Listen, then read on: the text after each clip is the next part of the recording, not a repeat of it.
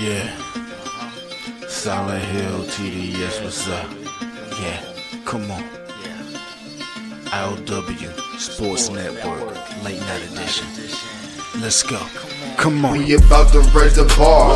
Wild card mall. Everybody grab a seat, cause you know we about to spark. Late night sports talk. Modelo Le Cigar. Man, you don't wanna start. Wild card mall. We about to raise the bar. Wild card mall. Everybody grab a seat, cause you know we about to spark. Late night sports talk. Modelo Le Cigar. Man, you don't wanna start. Wild card mall. Hey. L Boogie with the hot flame, ashtray full of top names, little tree for your membrane. This the 9-hour time frame. I just snatched up a 6-pack, got my hands on a lid pack, whipping up a little batch of snacks. Yeah, man, I think I'm all set. Late night, can't sleep. Go ahead and just tap in.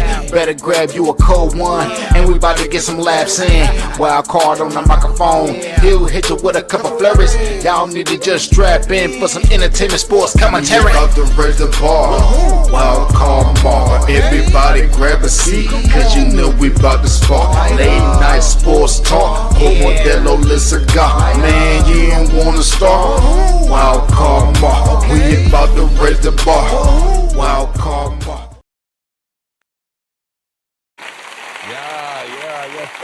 Yes, sir. What is good? What is good? What is going on, folks? Happy Monday. Now, on technically Tuesday on the East Coast, but hey, we're late night our show. We late. All right, so it's going to be some times that we're going to transfer over to the next day in certain time periods. But it's all good. It's your man, Kamar, back in the building. Hope all is well. Hope everyone had a great weekend. I had a fantastic weekend. Last week, it was the wife's birthday and our wedding anniversary. Our wedding anniversary is on the 10th. Her birthday is on the 11th. So my mom came in town. The girls were on spring break. So we did our whole little spring break, little staycation at the Great Wolf Lodge. I think that's what it's called. Great Wolf Lodge is dope. It's for the kids. It's a lot of kids. All right. It's a lot of kids running through that building, but it's for the kids. All right. So it's spring break. Did that. Y'all like the new hat, new beanie. It's still cold in Kansas City. Well, we got bipolar weather. We was just 72 degrees on Saturday. And then it got cold as hell yesterday. Had a little bit of snow. And the snow was melted away today. And it'll warm up again this week. So we got bipolar weather. But I hope you guys dig the new cap. Me and wifey went to our first NWSL, so the National Women's Soccer League. They have a team here in Kansas City, the Kansas City Current, who happen to be very damn good. They haven't won a championship in the last couple of years, even though they've probably been one of the favorites. But regardless, still one of the best teams. I had a fantastic time. You can go over to my X Twitter channel. I'll be posting some more pics from the weekend, Instagram, whatever, Wildcard on both of those social media platforms. You can check out all the content that I'll be dropping in regards to that. So but I wanted to shout that out because shout out to the NWSL and specifically my hometown team, the Kansas City Current, for putting on a great event opening week. The stadium is beautiful. The pitch was looking good. The grass was looking good. The crowd was lovely. And the Kansas City Current, the ladies, the soccer team, hey, looking good. Hopefully this is the year that they break through and bring Kansas City that championship. All right. What's good, James? How we doing? I hope you're doing well. Hope you're having a good Monday, James. Hope you had a good weekend. Again, appreciate everybody for tuning in. Again, like, share, subscribe, tap in with your boy on all those social media platforms. Look, we got a lot to talk about. All right. All right. Obviously, you see the headlines, World Baseball Classic. We'll talk about that. We'll have some NFL talk because I think there's something that is happening right here in the offseason that nobody is paying attention to. And they need to pay attention to it. And I'll tell you why. All right. And we'll get to that. But I'm going to start here. All right. And for those who watch all the content that we have here on I.O.W. Sports, we do some wrestling content. All right. So because this is my show and I do whatever the hell I want, I'm going to start doing some wrestling content on Monday nights because that's what I do. Carol, how you do? How you do? How are you, Carol? All right. Hope you're having a good day. Look, wrestling's not for everybody. All right. It's not. All right. But I am going to try to keep you guys abreast on the cool things. All right. Ladies and gentlemen, if you haven't seen any of the watch alongs that I've done, I have mentioned this guy's name before, Obafemi. All right.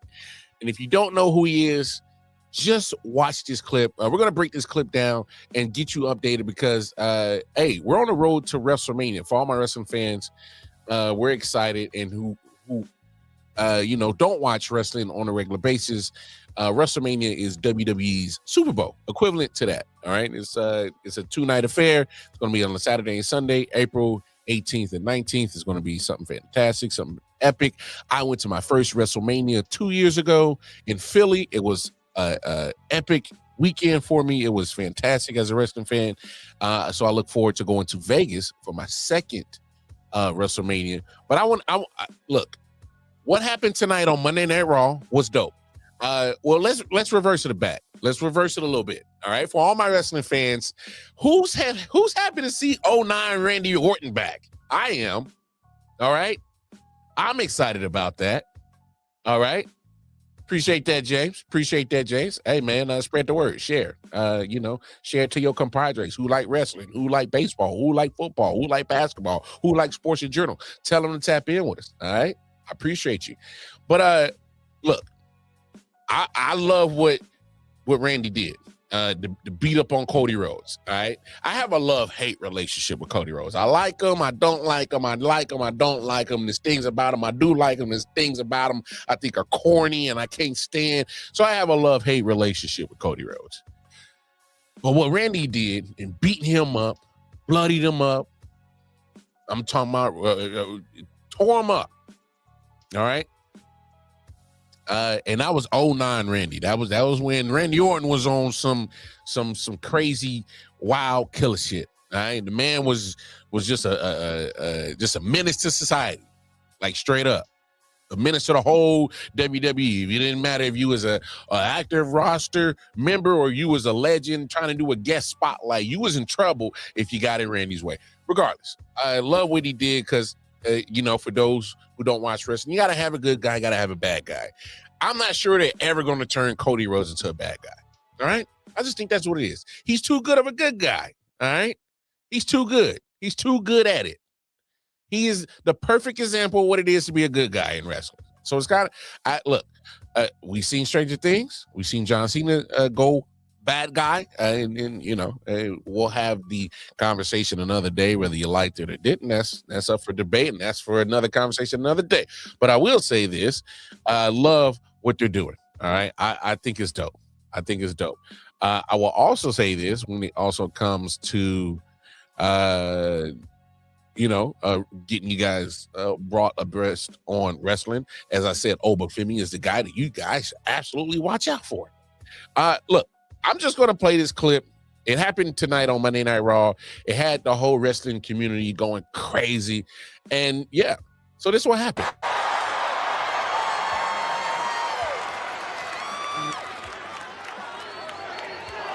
Now, ladies and gentlemen, that is Seth Rollins. All right. Seth freaking Rollins. And that other guy in the ring is the monster. That is Brock Lesnar. All right. The beast incarnate. All right. And to set the scene for you, Seth Rollins came out with a whole bunch of people, like 12, 13, 14 guys dressed in the same clothes as him. And Brock Lesnar, the other guy in the ring, just demolished all those guys. And then this happened.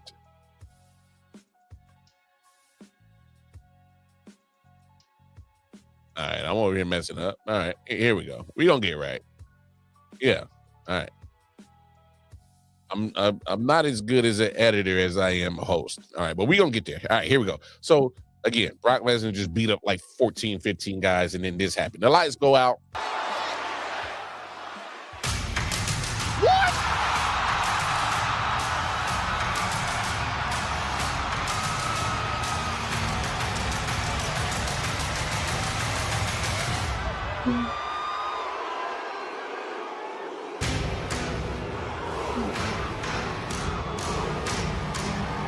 it seems appropriate today of all days. But oh, hell yeah! Obafemi is here!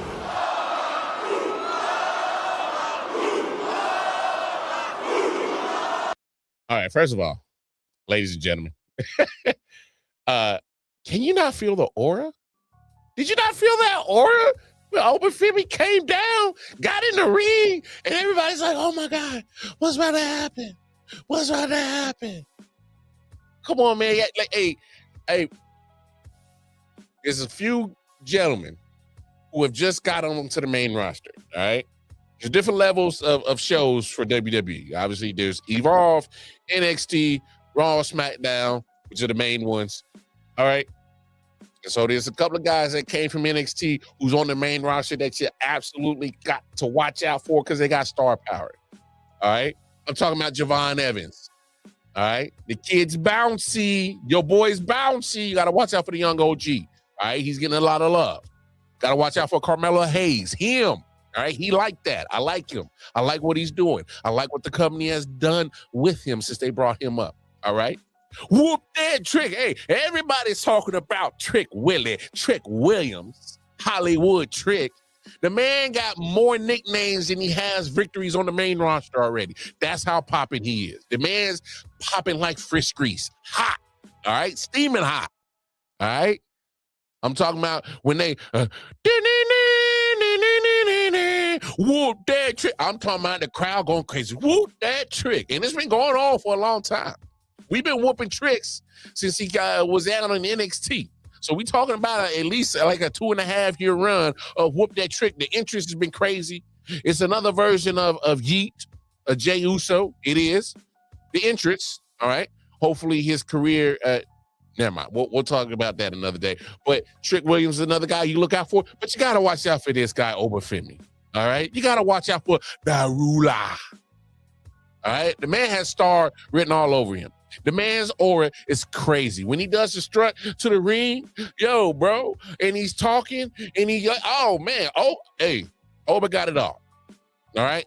And so this moment right here is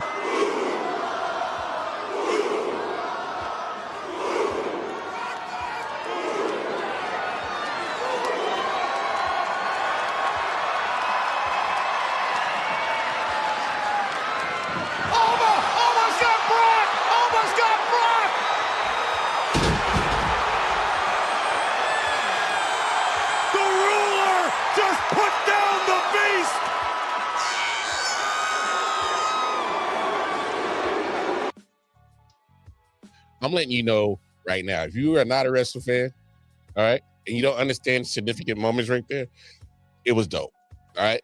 All I'm going to say is do a little history. Do a little history on wrestling. Type in the name Kofi Kingston, all right? Type in the name Bobby Lashley and some other cats, all right? And then I want y'all to go to Twitter and go look at Kofi Kingston's Twitter account tonight. Go avenge us, Obi. He's going to avenge us. It was hilarious. If you know, you know. Hilarious stuff right there.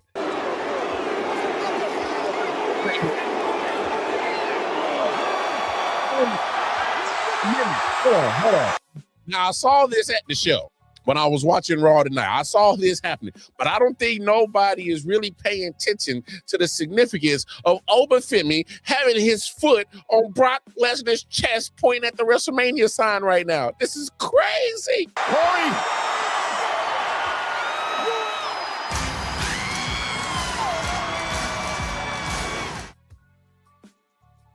Crazy, folks. Absolutely crazy. All right. Now, there's a couple of things that WWE is doing right on the road to WrestleMania. All right. That was one of them. Making sure that we have Obafemi. He accepted the Brock Lesnar open challenge.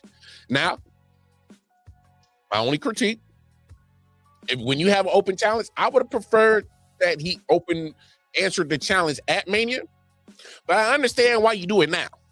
I understand why you reveal that match now because, well, you got to sell tickets. You got to sell these wrestling fans something to gravitate to because these WrestleMania tickets ain't cheap. All right. All right. Not at all. Not in the least. They are not cheap. All right. A good seat is going to cost you upwards to 10 grand. Ringside is going to cost you a car note. It would for 2 days. Split it up a piece. I'm just being honest with you. Go look at Ticketmaster, SeatGeek, whatever. If you want to sit ringside, it's going to cost you probably 15 to 20 grand, all right, per night. I sit in a lower bowl like I did for Philly a couple of years ago. I was able to find seats for about $500 a night. So I'll probably spend about $1 grand for both days. I'm hoping to find something again like that this time. But I'll be honest, man, they're selling it.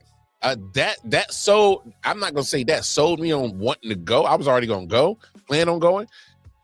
But the way that they set that up between Oba and Brock is gonna be dope. And that's great. Obviously, we know about the match between Roman Reigns and CM Punk. That sells itself. All right. So those are some of the things that they doing right. All right. Yeah, they ain't cheap. They ain't cheap. You right. All right. You right, fam. My man Z. All right. They are not cheap. Yeah, 10 grand to sit ringside. If you want to do it right. You know, if you got room on your credit card, your credit look good, and you want to splurge as a wrestling fan, go ahead and get them old ringside seats for WrestleMania. It's a dope experience. I didn't sit ringside. I'm just talking about the experience of going to Mania. It's dope. But those are two things that I think that WWE is getting right with the road to WrestleMania is Roman, CM Punk, Oba, and Brock. Other than that, it's been, for me personally, I think WWE has kind of missed the mark on trying to sell WrestleMania. I know there's been some matches already confirmed. Obviously, we're talking about Jade Cargill, Rhea Ripley. You know, that match is already set in stone. Stephanie Victor and Liv Morgan, that match is already set in stone. Now, Cody Rhodes and Randy Orton, that's it. Okay, I add that to another thing that they're doing right. But other than that, the build up for Mania has kind of been lackluster. It's been kind of boring. It's just kind of been, yeah. We're going to make sure you guys, you know, hopefully you enjoy this show at Mania. You're going to go regardless because you're wrestling fans. And that is true to a certain point. But I will say this. WWE got to step it up. They got to get it together.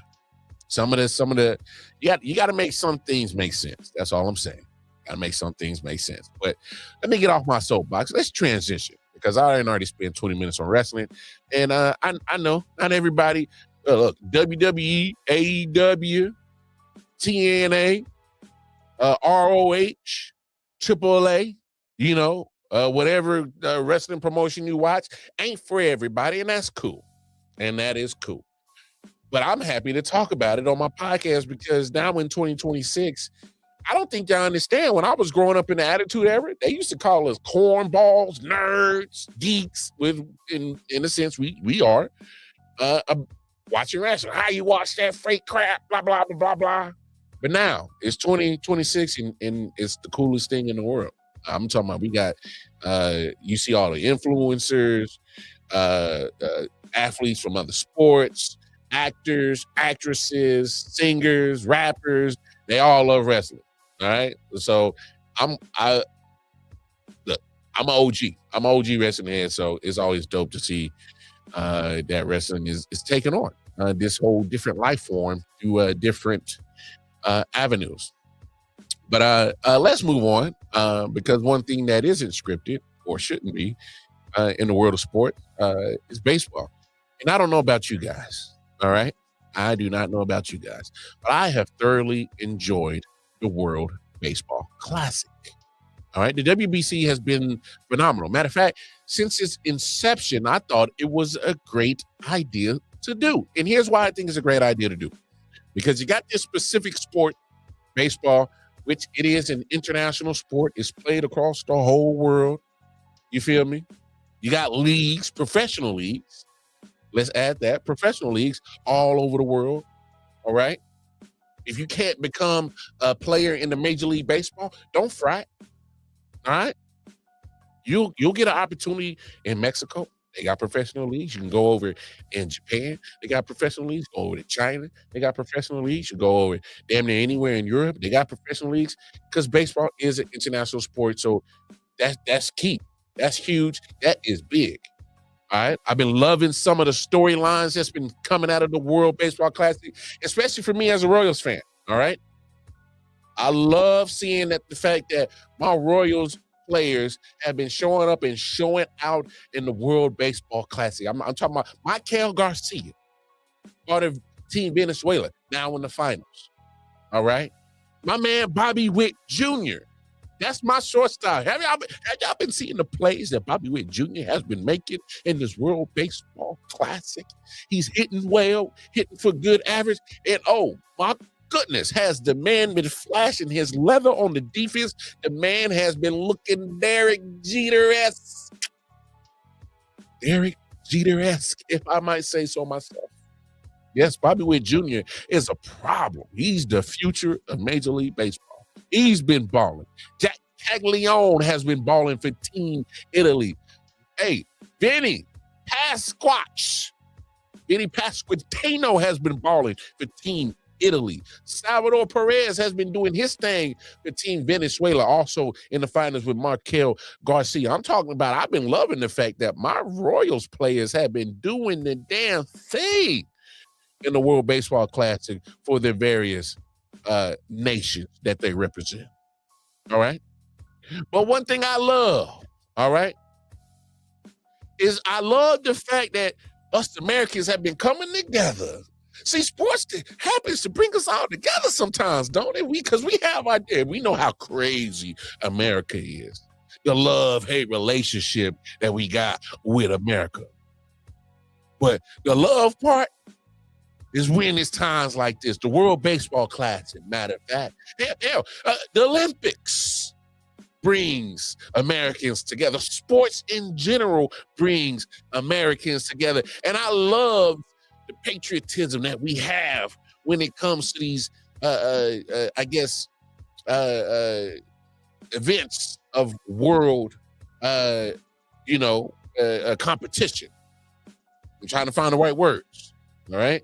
So when the world comes together for these competitions, whether it's a specific sport or a multitude of sports like the Olympics, I love when USA as a whole comes together.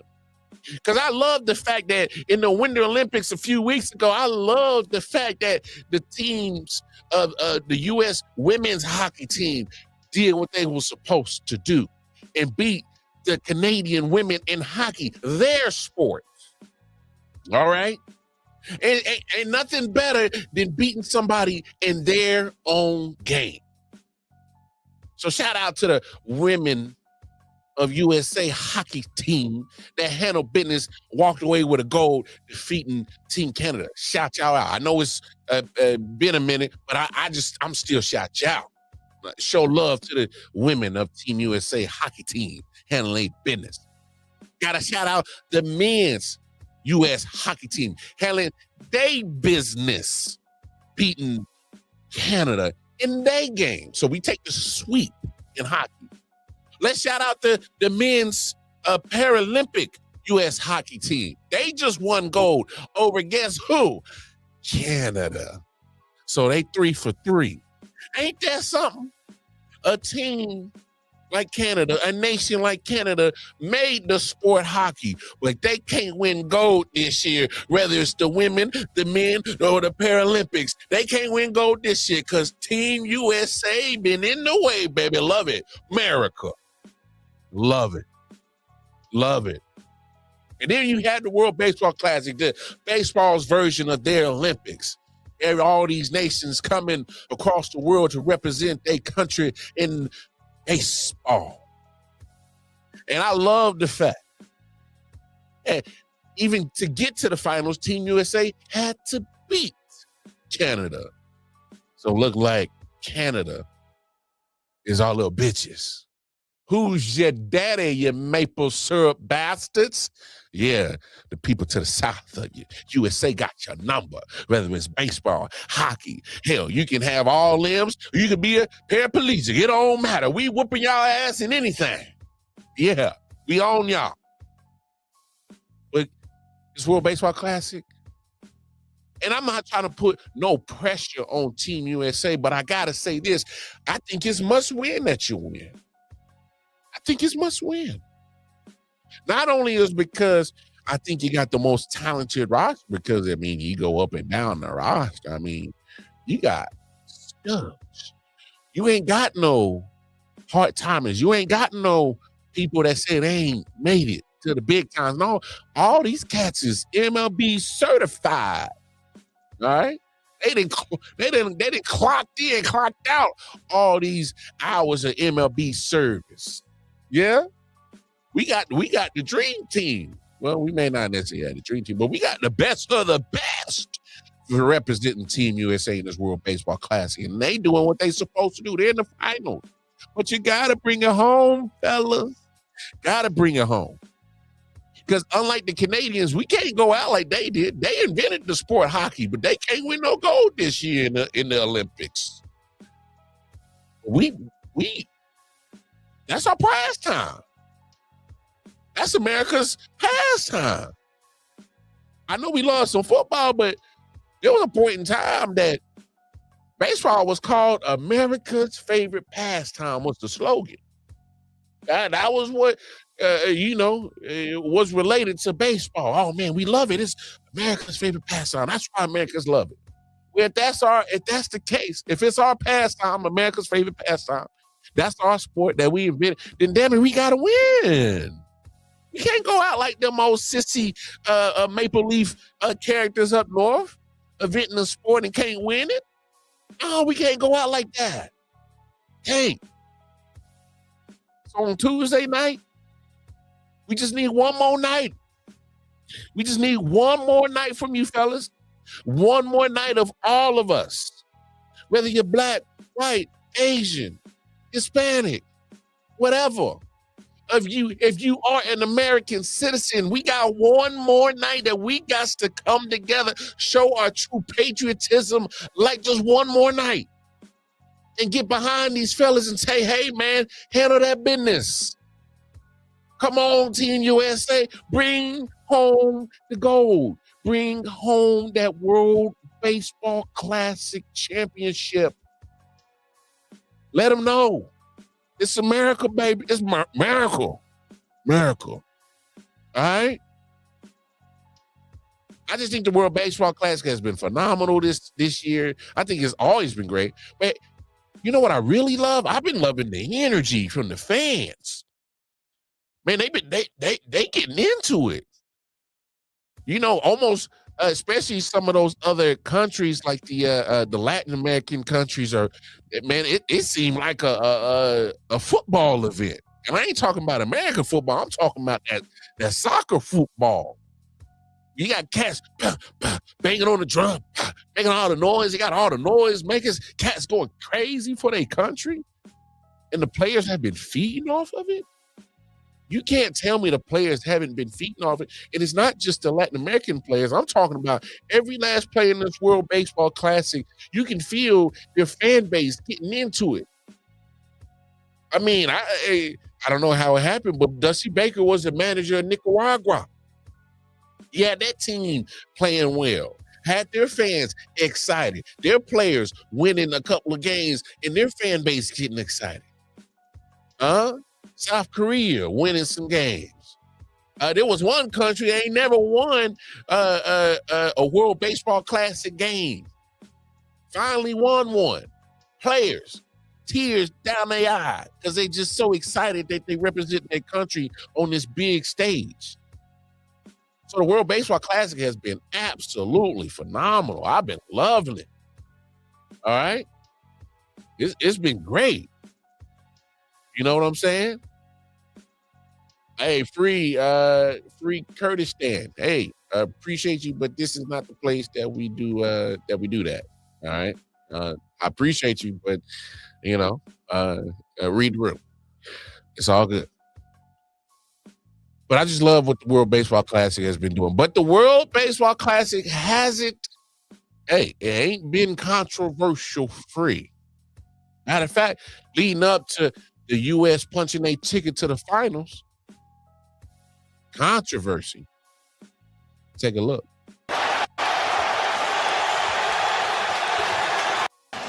To Perdomo. Here it is. Oh, the championship!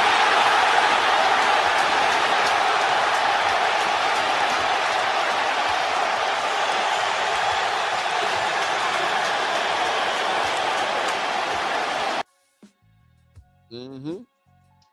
Yeah. Controversy. Now look, ladies and gentlemen.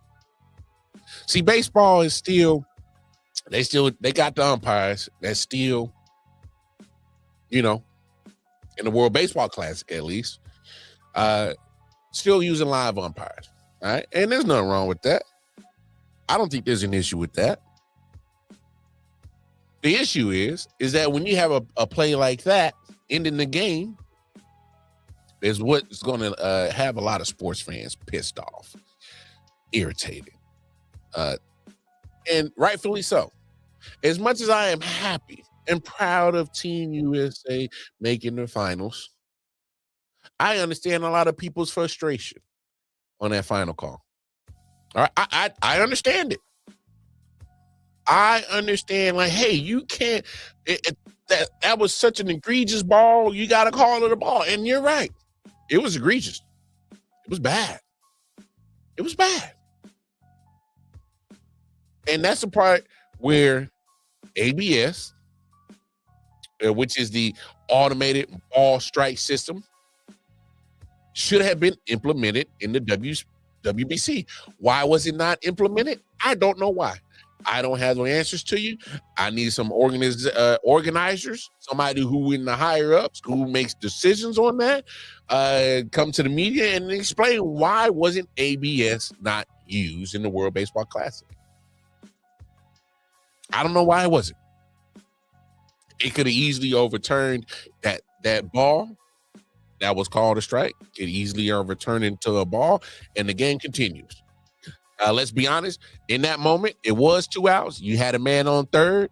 It was a full count, but nobody on first and second. So if you would have walked, you just had first and third, and it still matters because you have the opportunity to win the game right there because you could have tied it, and the winning run would have been on first had it been called properly as a ball instead of a strike. So I'm not going to argue whether it was a ball or a strike. I think everybody in their right mind with 2 eyes and common sense know that was the ball. All right? But here's why I'm at. Because I kind of saw Juan Soto's comments, we showed the world that we were the better team today. Okay. Just like Team Canada, I heard some rufflings from McCannon talking about, we the better team. How?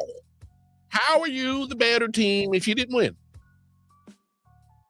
Huh? How are you the better team if you didn't win?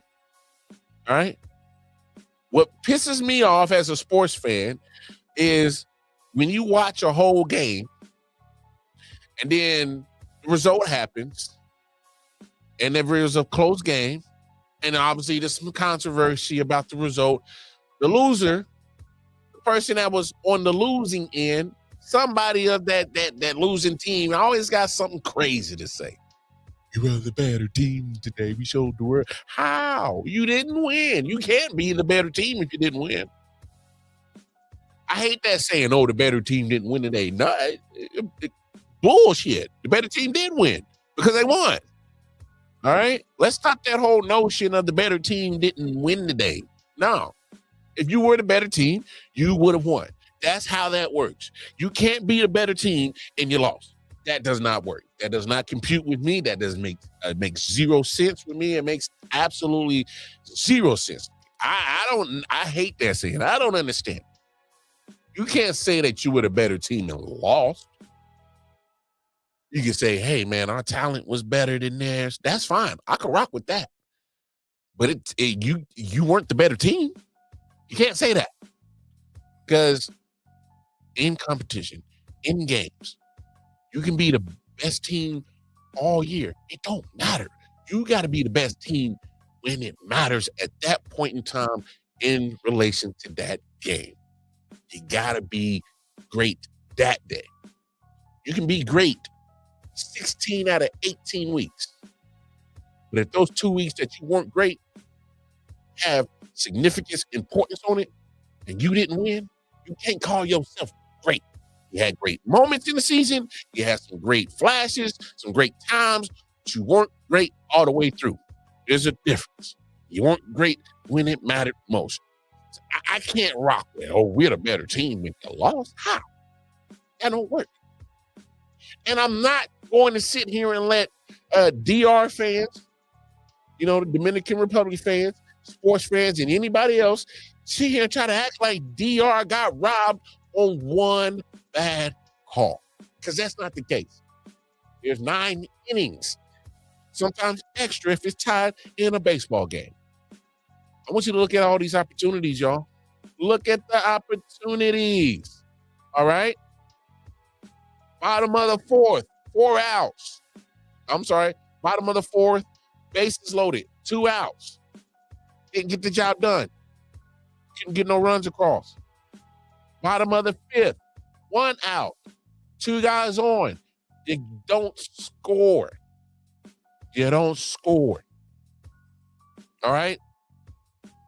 Bottom of the 7th, you got guys on 2nd and 3rd with 1 out. You don't score, Dominican Republic. And then look at the bottom of the 9th before you even get to this play that we showed, the final strike, where the guy was on 3rd with 2 outs. You had a guy on 2nd with 1 out. He's in scoring position. You don't get the run across. All right?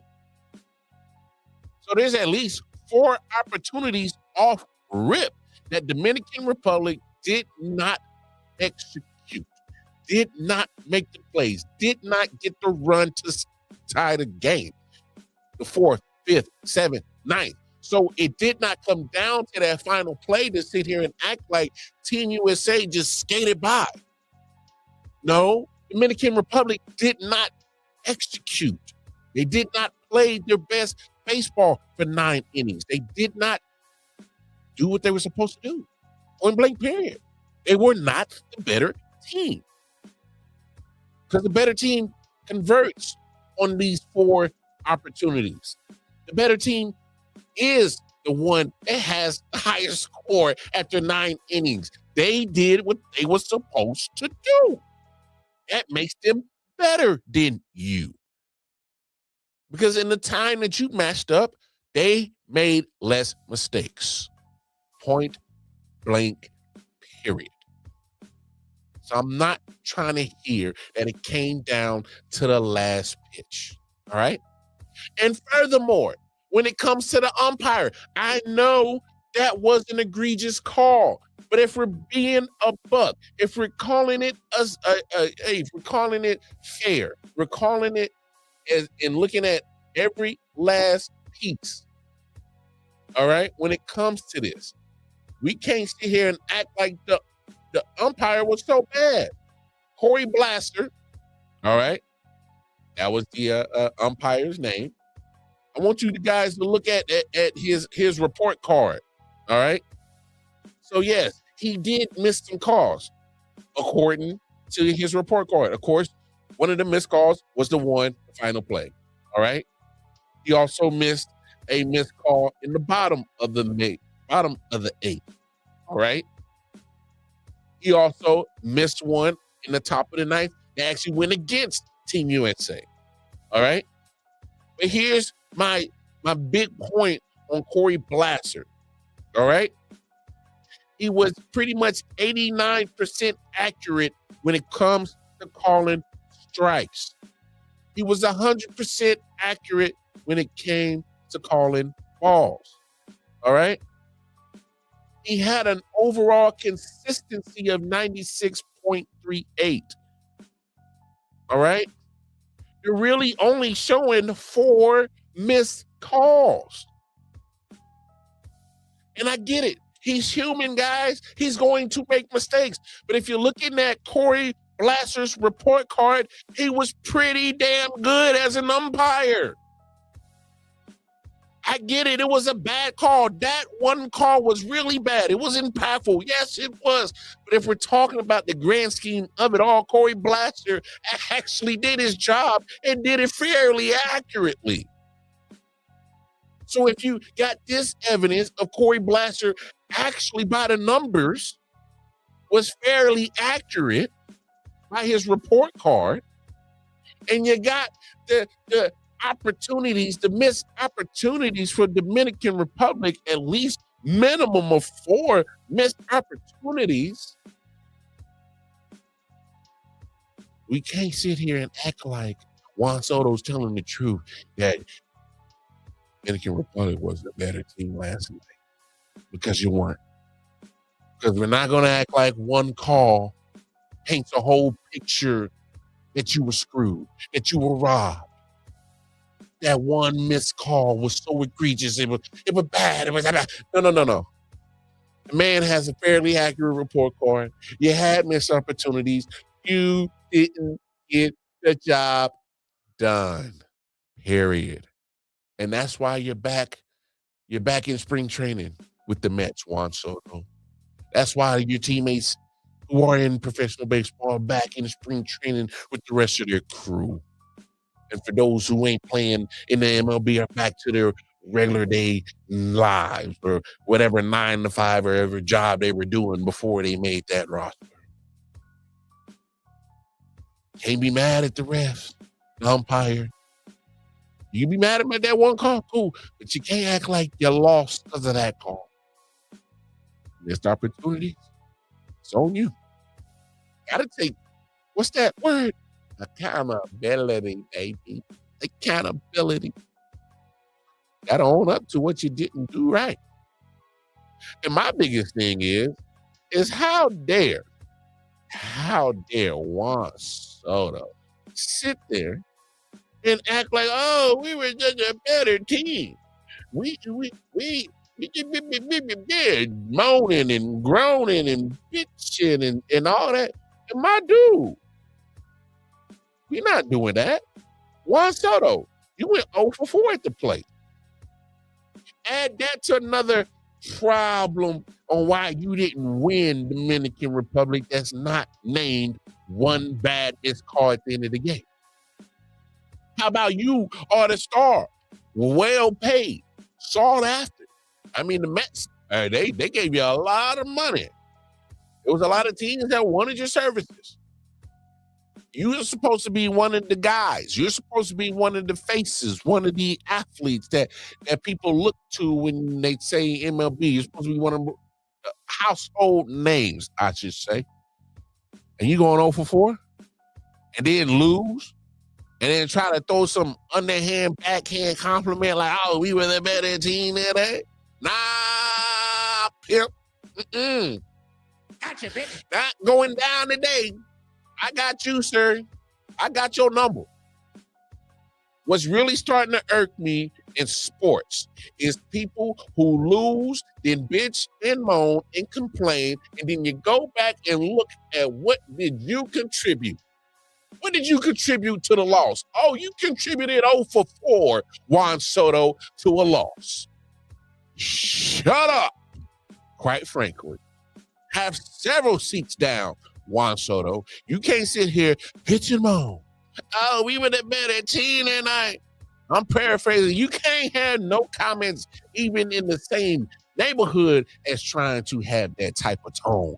When you go 0 for 4 as one of the supposed-to-be leaders, athletically gifted, supposed to be one of the better baseball players in all of the world, and you going 0 for 4 and bitching and moaning, talking about y'all was the better team today.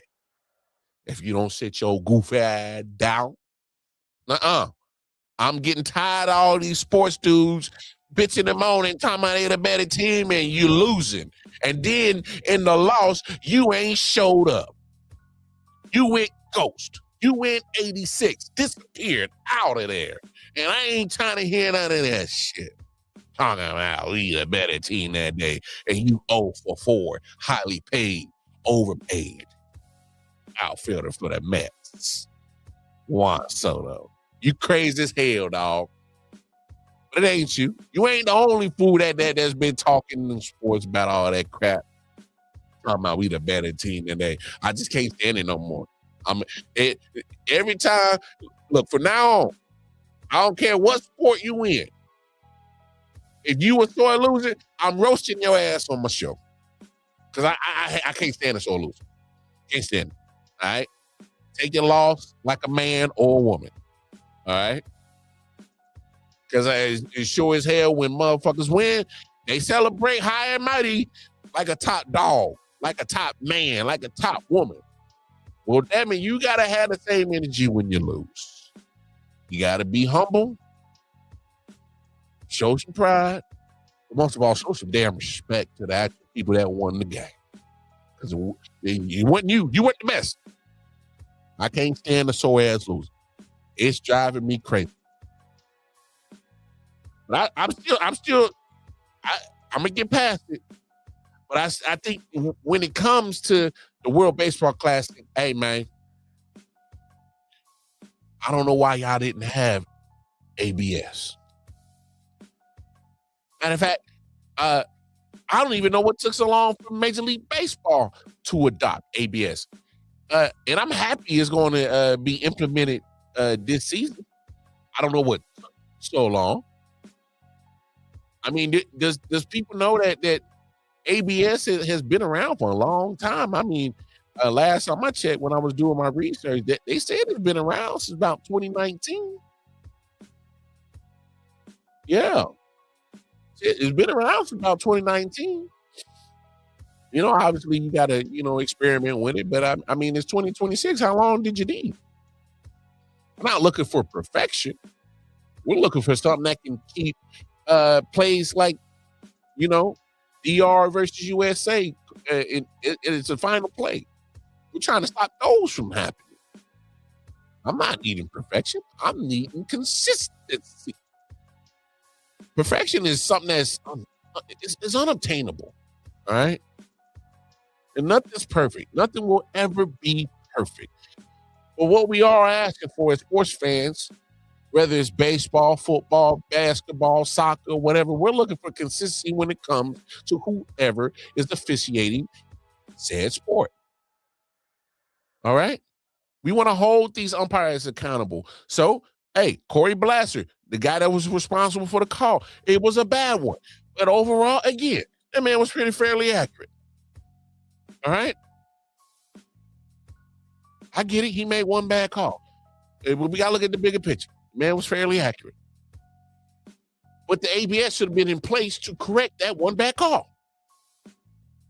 Or those 4 missed calls that he had. 3 of them being impactful. That's what ABS is there for. That's why it should have been in the World Baseball Classic. Should have been in there. It'll be in there next time. Oh, trust and believe. They're going to make sure ABS is there next time. That's for sure. And what's really irritating me about Major League Baseball in this whole ABS system is that they've already had something in tennis that was coming out in 2017, the ELC, the electric line calling. It kind of eliminated the line judge. And I don't know if y'all seen it, but it has it's almost similar to baseball. They'll show the graphic and they'll show if the tennis ball hit in or out on the line, straight like that. And it's fairly accurate. I'm talking about they're getting down to the millimeters, whether the ball hit the line in or out. And it's straightforward. You can ask for the challenge, and it'll say in or out, and they'll keep it moving. And it's fairly quick. And the way that the ABS has been working, it's been fairly quick as well. From what I've been seeing in the spring training, I've been loving it.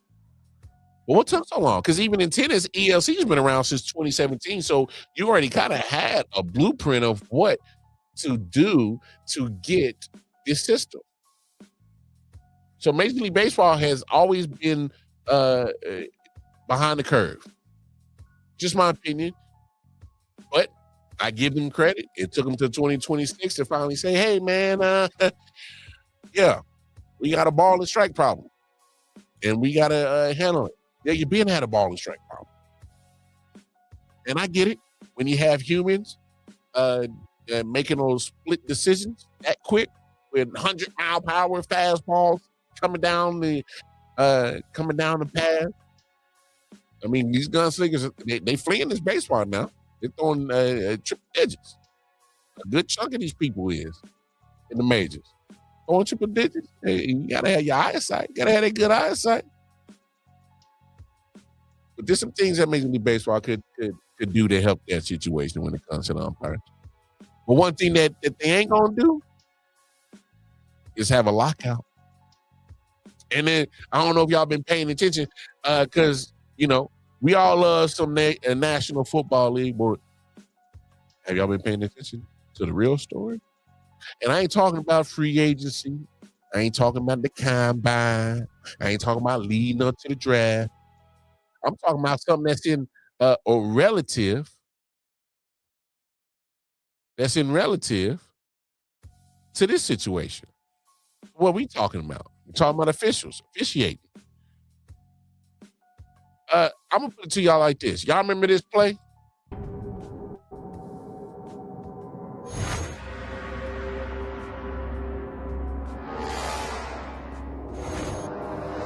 game's final play is a Wilson lob to the end zone, which is fought for by Tate with Jennings simultaneous. Who has it? One guy goes up, touchdown. The other said no time. How does MD Jennings not get credit for the interception? I have no idea. Call on the field stands. Touchdown. Seahawks win in the most bizarre finish you'll ever see. Yeah, y'all remember that play? Y'all remember the fail Mary? Yeah, crazy play. But my point in bringing that up is replacement refs. Y'all remember when the refs were locked out? No CBA, no collective bargaining agreement with the NFL. And so those refs locked out. All right? I'm going to be honest, y'all. I hope the NFL gets this CBA with the refs under control. And I hope that they in this CBA, I hope that the refs get what they want, which they want more money, which is cool. We'll talk about that in a second. The refs want more money. They want to be full-time employees, and I got no problem with that. All right? They want full-time benefits, because, hey, they feel like they're an integral part of the NFL. And let's be honest, they are. Somebody has to officiate this shit. Somebody got to officiate the games. So they are important. Very important. But sometimes I think they get confused on being a part of the game and being in the game. And I'm going to break the difference down for y'all. All right? Being a part of the game is that, you're there. Obviously, you're seen on TV. You're there to officiate, keep games under control, make sure not too much, extracurricular activities is going on, post whistle, nobody's being foul, nobody's being dangerous, nobody's being, malicious, nasty, spitting on each other. That's what you're there. You're supposed to officiate bad behavior and get it out. You're there to officiate the actual rules of the rule book to help the flow of the game. Yes, you're there for that. So you are important to be part of the game. Now, being in the game is when you are absolutely making calls that affects the scoreboard. Being in the game. Now, some of these refs, they're a little bit too involved in being part in the game. All right? You need to be a part, a piece in the game. You don't need to be in the game. When you start making egregious calls that can affect the scoreboard and sometimes will affect the scoreboard, and you got too much dip on your chip. You gotta reel that in. And that's where the NFL is at in this CBA talks. The NFL is that, hey, we need a better refereeing, more consistency, and this and that, because the NFL is looking at it from this way, because they're looking at us fans. And you know what majority of us NFL fans are doing? We're doing this. Yeah, we're on our phones. Whether it's fantasy, which is another form of gambling, especially if there's a league that you're in that has a big pot at the end of it. And then, of course, the gambling itself. We're on the FanDuel. We're on the DraftKings, Caesars, the sports books. All right? That's where the NFL is at in this thing when it comes to the ref. They don't want to sit here and continue year after year after year face the allegations, the rigged allegations, the R word, the vaunted R word when it comes to the NFL. All right, they want to stop hearing the rigged. It's staged. It's favoritism. It's this and that.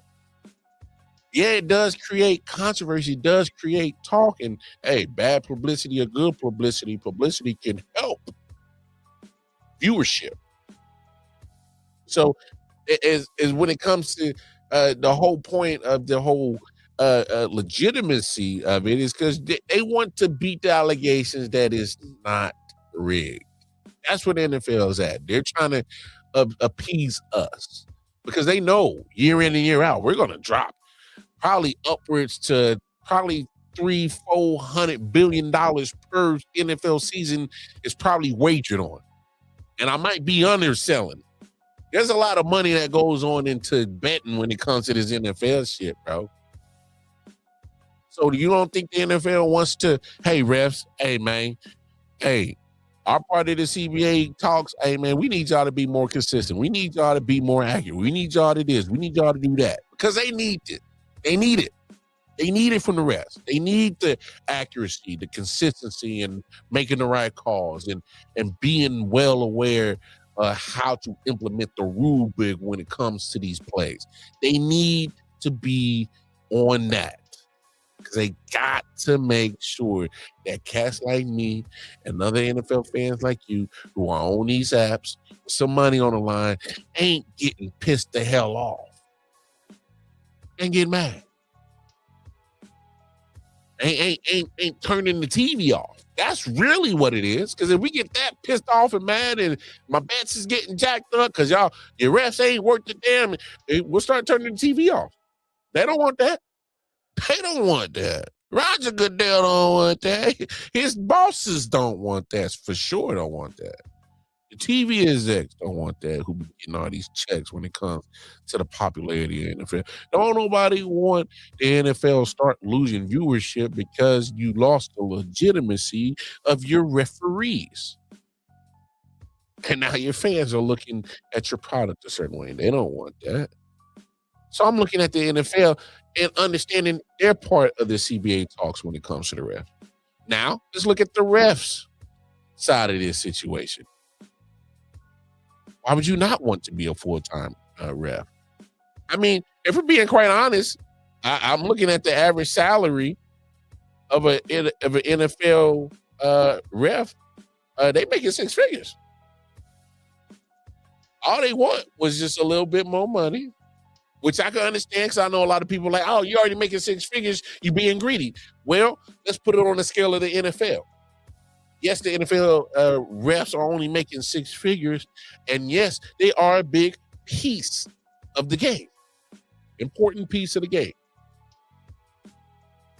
But then you look at the numbers that they make, and if I'm the refs, and you look at the union that you got, your reps will be the first thing he say is, "Hey, man, NFL, y'all jokers rake in billions per year in profits as a whole.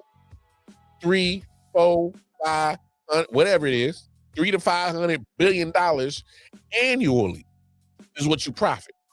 Revenue that you bring in. How the hell am I over here getting my little funky ass six figures? And I'm an integral part of your game, of your content. I ain't asking for the world, but you're going to have to up on that shit because you ain't going to continue making money and I'm still stuck at the same pay scale from the last CBA. Nah, pimp. You got to come off some more money. And to be honest, hey, in any other negotiations, in other CBA talks, if you are profiting, your revenue's up, your profit is up, my pay scale needs to go up too. It can't stay the same because your numbers ain't the same. So when your numbers go up, shit, mine go up. If your numbers go down or your profit goes down, that's your problem. But if your revenue's up, that's good for me. But if your revenue go down, then it's my problem too, because then we both got a problem. But if your revenue is up, I need to make sure I get my money on too. I need to make sure I get my coins too. So I ain't got no problem with the refs looking at it this way. But the NFL got to make it happen. NFL got to get done. Because we saw what happened the last time we had replacement refs. It wasn't good. We had some crazy shit. It's too much on stake. It's too much on the line. And this is the one time that the NFL owners are the ones that are pushing, making a lot of noise when it comes to the CBA. Because they're looking at their teams. What if a couple of calls went against you that was so egregious, but maybe those calls they went your way. If they was called correctly, I might be a playoff team. I'm pretty sure there's some owners looking at certain things like, hey, man, you costing me games. Nah, bro. But the NFL as a whole needs to make sure that they get this problem handled, and they have till May 31st. After May 31st. When that CBA agreement, the last one expires. So they got till the 31st of May. What's the day? Okay. Technically is now St. Patty's Day, but March 16th. I'm still rocking with it because I ain't went to sleep yet. So it's still March 16th. Monday, March 16th. AKA Tuesday. St. Patty's Day, March 17th. Regardless, they got about a month and a half. Get it right. Get it right, NFL. Because we can't, as fans, go through this a season of replacement refs with just terrible officiating. Matter of fact, we got enough bad officiating from the NFL refs that you already got. It already drives us crazy. We don't need that mess again. You want to mess up your viewership? You want to piss your fans off? Don't get this CBA tied up with your refs and have some old YMCA rec league officiating and see how many bad calls he's gonna make that night. We can't have that. Can't have it. NFL, I implore to you. All right. Look, NFL, look at me. Hey, get it done. We can't have this.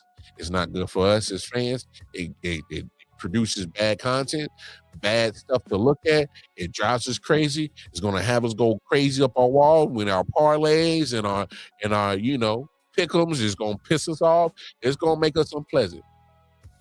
But it should definitely piss you off as NFL owners because, hey, that's your money maker. You don't want shit start affecting your bottom line because you got some bad refereeing going on in your league now, do you? All right, now, get it done. All right, folks, I'm going to get up out of here. You know what it is, man. I appreciate y'all, man. I really do, man. So, again, if you love some sports, tap in with us. I.O.W Sports Network on the YouTube channel. Please like, share, subscribe. Hit that bell notification, let you know every time we go live. And if you want to chop it up with me personally, you can go on over to my Twitter page. It's right there, right under my name, right there by the tip of my finger, KC Wildcard on the Twitter. And yeah, holla at me. Until then, it's been real. It's been fun. Holla at y'all. I will holla at y'all tomorrow for Taco Tuesday with the man R.W. Randy Weber. Be back in the building. But until then, take care of yourselves. Take care of each other. Much love. Holla at y'all. Yeah. Silent Hill TD, yes, what's up? Yeah, come on. I.O.W Sports Network, late night edition. Let's go. Come on. We about to raise the bar. Wild card mark. Everybody grab a seat, cause you know we about to spark. Late night sports talk. Modelo Le Cigar. Man, you don't wanna start. Wild card mark. We about to